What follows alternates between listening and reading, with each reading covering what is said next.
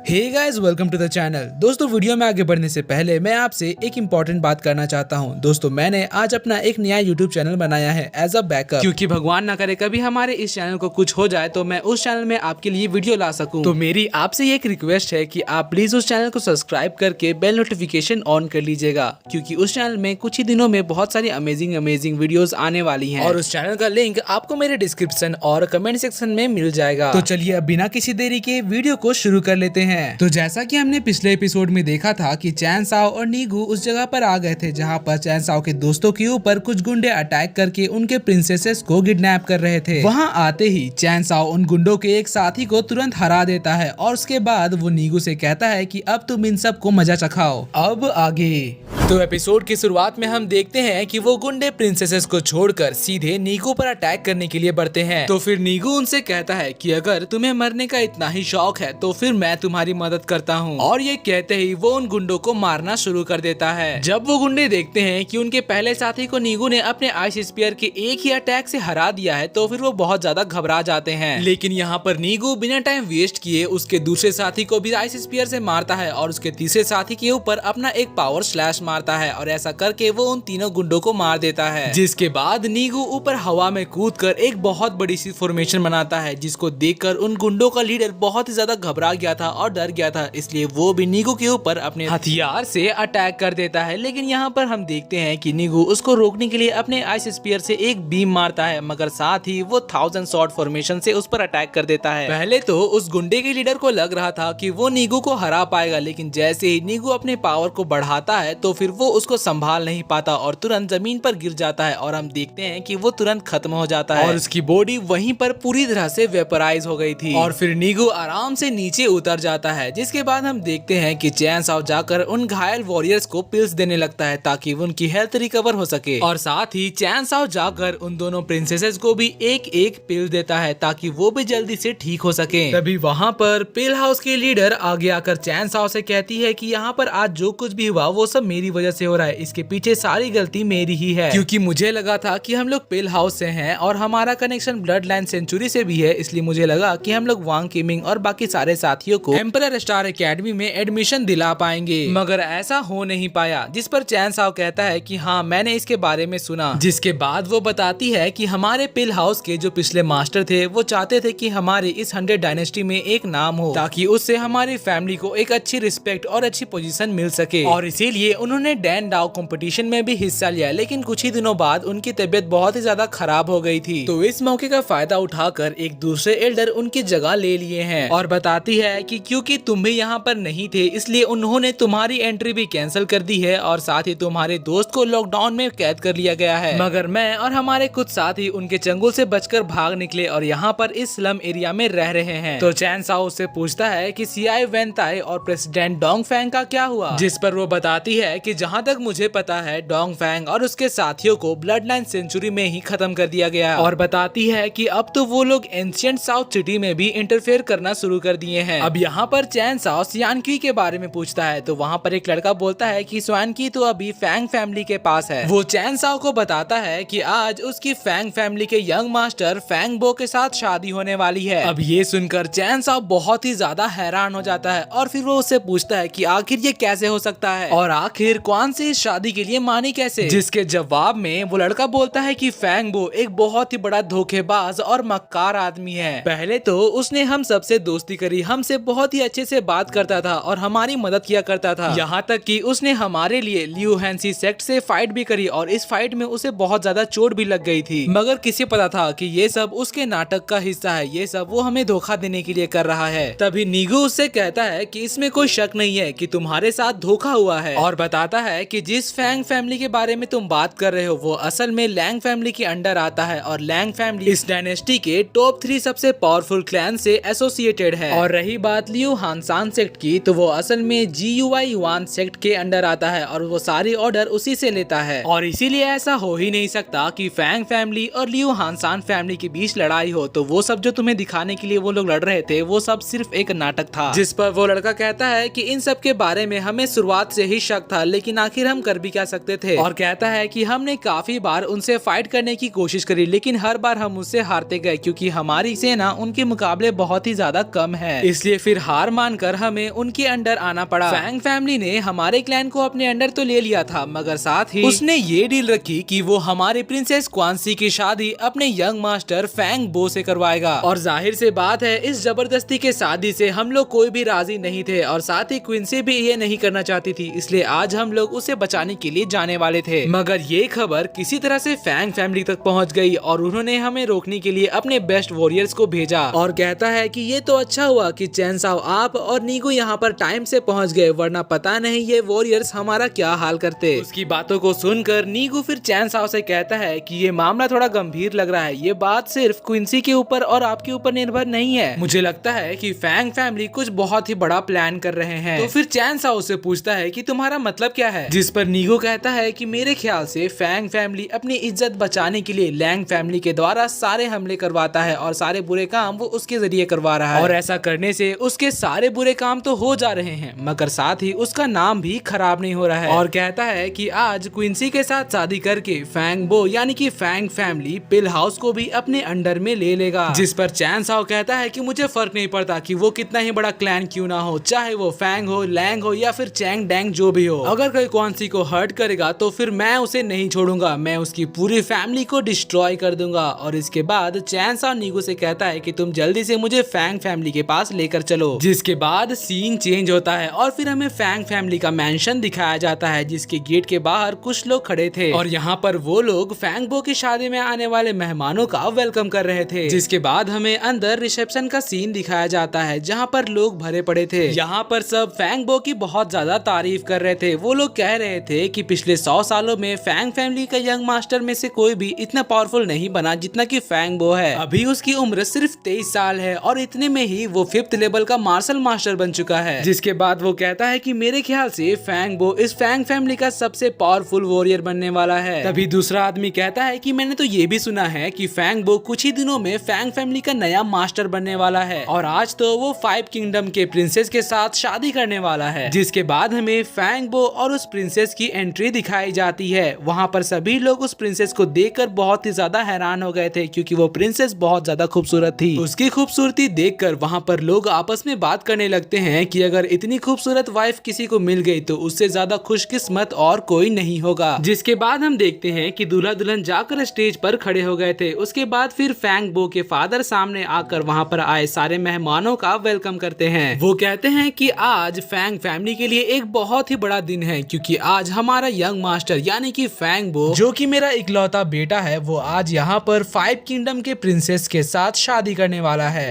और इसी के साथ आज का ये एपिसोड यहाँ खत्म होता है। अगर आपको मेरी एक्सप्लेनेशन और ये एपिसोड पसंद आया तो प्लीज वीडियो को लाइक कर दीजिएगा और अगर आप चाहते हो कि इसका नेक्स्ट पार्ट मैं आज ही अपलोड कर दूं तो नीचे कमेंट्स में ज्यादा से ज्यादा नेक्स्ट पार्ट लिखें और साथ ही चैनल को सब्सक्राइब करके बेल नोटिफिकेशन ऑन कर लीजिए ताकि जैसे ही इसका अगला पार्ट में अपलोड करूँ तो आपको सबसे पहले पता चल जाए। तो मिलते हैं आपसे अगली वीडियो में, तब तक के लिए bye bye, be happy, be safe and thanks for watching.